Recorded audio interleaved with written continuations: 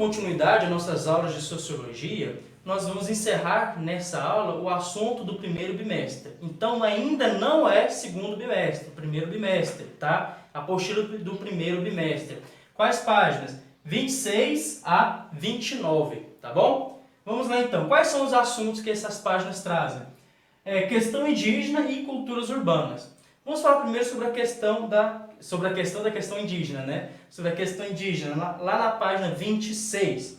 Então, primeira coisa que a página 26 nos chama a atenção é que não existe uma única cultura indígena no país. Há diversas etnias. Então, é um grupo muito amplo e muito diversificado. Então, não tem como a gente colocar tudo dentro de um único padrão de critério. Não tem como a gente colocar tudo dentro de uma única caixinha, como se fosse tudo igual.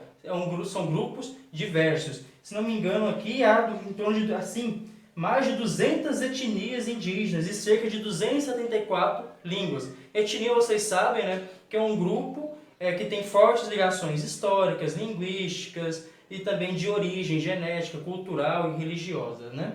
Então, também vai nos chamar a atenção que houve uma diminuição drástica do número de indígenas no país, eram 5 milhões mais ou menos na época da descoberta, e hoje é 1/5 desse valor. Outra questão que nos chama a atenção é as visões deturpadas dos índios. E aqui que eu queria conversar um pouco mais com vocês. Nós temos uma visão muito estereotipada do que é o índio, uma visão negativa do que é o índio. Quais são alguns dos estereótipos que nós temos dos índios? Primeiro, que são preguiçosos. O índio é preguiçoso. Mas vocês sabem por que nós temos essa visão do índio ser preguiçoso? Na época da colonização, em que os portugueses estavam chegando no país, eles queriam utilizar o índio como mão de obra. Então eles queriam que o índio trabalhasse nas lavouras para eles de forma escrava, e até mesmo os jesuítas que iam catequizar os índios, ensinar agricultura para os índios com técnicas europeias, né? Com coisa que os índios já tinham as técnicas deles, mas os jesuítas viam como coisa atrasada, né? Que a gente deve superar isso aí. Então eles queriam que eles trabalhassem o dia inteiro. E a cultura do índio não era essa. A cultura do índio era, a gente não trabalha para ficar rico, a gente não trabalha para acumular bens, a gente trabalha para sobreviver. Então o índio vai trabalhar aquele período em que ele precisa para sobreviver, para se alimentar, que ele não está preocupado em acumular riquezas. Então o estilo de trabalho do índio era diferente do europeu. O europeu estava preocupado em trabalhar o dia inteiro para acumular bens e trabalhar mais para ganhar dinheiro. O índio não. Trabalho para sobreviver. Então o índio aproveitava muito mais a vida. O índio trabalhava, mas se divertia, tomava banho no rio, vivia a vida. Ele não vivia para trabalhar. E isso para os portugueses era horrível, porque você tem que trabalhar o dia inteiro para dar dinheiro para a gente. Os jesuítas não, vocês têm que trabalhar o dia inteiro para plantar, para acumular, para a gente vender, para ganhar dinheiro. E o índio não queria saber disso. O índio queria saber de trabalhar somente o suficiente para ele se alimentar, para ele viver com sua família. Então os portugueses chamavam os índios de preguiçosos porque os índios não tinham a ganância que eles tinham, tá certo? Então é uma visão deturpada que permanece até hoje. Que os índios eram insolentes, selvagens. Bem, se alguém quiser me escravizar, com certeza eu vou resistir. Então eu vou ter um estereótipo de selvagem em torno da minha figura. Outros são uma visão um pouco mais romântica dos índios, né? Como seres místicos, ligados à natureza, em completa harmonia, como se fosse um elfo, uma fada, um curupira, um caipora. Não. O índio é um ser material como nós, é um ser humano como a gente, só tem uma cultura diferente, uma história de desenvolvimento cultural totalmente diferente da nossa. Mas ele não é um ser romantizado, né? Como muitas vezes foi trabalhado no romantismo brasileiro, tá bom? Outra visão deturpada. E como uma coisa do passado, que o índio é uma cultura que passou, agora no presente essa cultura deve ser abolida e nós devemos implementar somente o jeito urbano nosso de viver, o nosso jeito europeu. Como a gente pode chamar esse termo? Me ajuda aí, gente. Me ajuda, Pablo, Ronaldo, fala algum termo. E esse termo aí, né? Esse estilo nosso de viver capitalista, capitalista, né? Esse nosso estilo de sobreviver. Então o índio deve ser superado em relação a isso. O que é uma visão errada também. O índio não é uma coisa do passado. Existem índios hoje e têm o mesmo direito de viver a cultura deles como eu, como você, como qualquer pessoa tem. Não é uma coisa ultrapassada. Bem, outro ponto que eu queria chamar a atenção com vocês é a ligação com a terra. O índio ele se liga com a terra não é somente na questão de se alimentar, mas a identificação cultural e até mesmo religiosa. A ligação com a terra dos antepassados, onde eles nasceram, viveram, é muito importante para eles. Faz parte da identificação do próprio povo, essa identidade com aquela porção de terra. Minha mãe está lendo atualmente um livro que conta lendas indígenas, né? Contos folclóricos indígenas. E de vez em quando eu vejo um trecho ou outro que ela está lendo, eu percebo essa ligação que eles têm com a terra, com a religião deles está ligada àquela terra, aquele tipo de árvore, aquele tipo de bicho.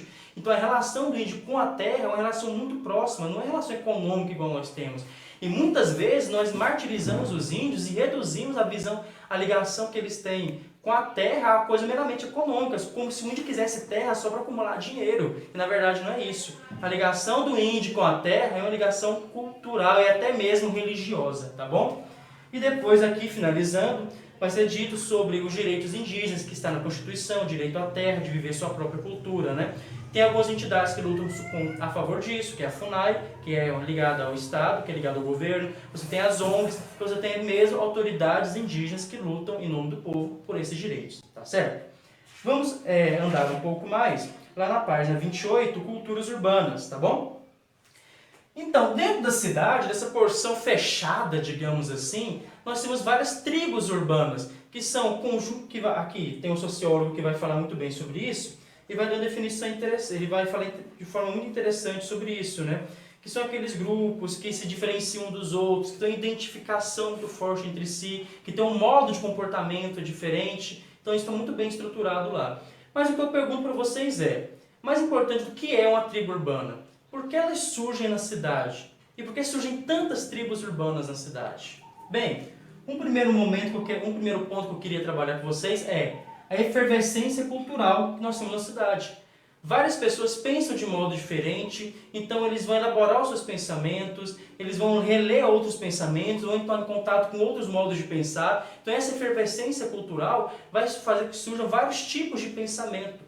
E a tribo urbana vai se identificar com esse tipo de pensamento, principalmente o jovem, que o jovem está tentando se afirmar na sociedade. E aí a gente já entra na segunda questão, a individualidade. Na cidade, nós vivemos muito próximos um do outro, uma vivência em conjunto, a gente estuda em conjunto, trabalha em conjunto, vive em conjunto. Então, surge o perigo de se perder a sua individualidade frente ao coletivo, da sua individualidade ser anulada. Então, você tem que fazer alguma coisa para reafirmar a sua individualidade, para reafirmar aquilo que você é, os seus valores, as suas crenças, o seu modo de ser, frente à sociedade, senão a sociedade vai te engolir, você vai ser apagado, você vai ser mais um entre a sociedade. Então a tribo urbana é um modo em que as pessoas encontram para encontrar outras pessoas como ela, para juntos eles reafirmarem o seu modo de existir e se destacarem perante a sociedade, fazendo com que o eu, que tinha risco de ser anulado e ser extirpado, renasça junto com o coletivo de um pequeno grupo. Então esse pequeno grupo ele fortalece o meu eu para que ele não seja extinto frente à sociedade. Então por isso muitos jovens buscam a tribo urbana. Porque o jovem está procurando esse período de identificação de quem ele é. E a tribo urbana ajuda ele a mostrar quem ele é, a viver aquilo que ele é. E o terceiro ponto são as espécies de identificação que a tribo urbana vai ter. Ela vai ter uma identificação estética, que é modo de vestir semelhante, adereços, corte de cabelo, maquiagens semelhantes. E ética, com acento no é.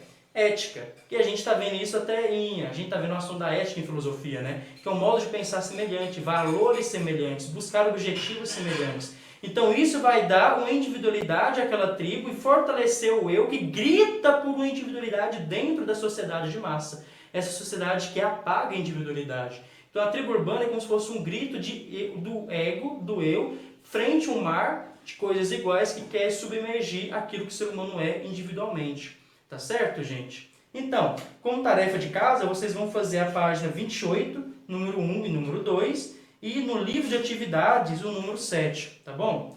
Então, essa foi a nossa aula.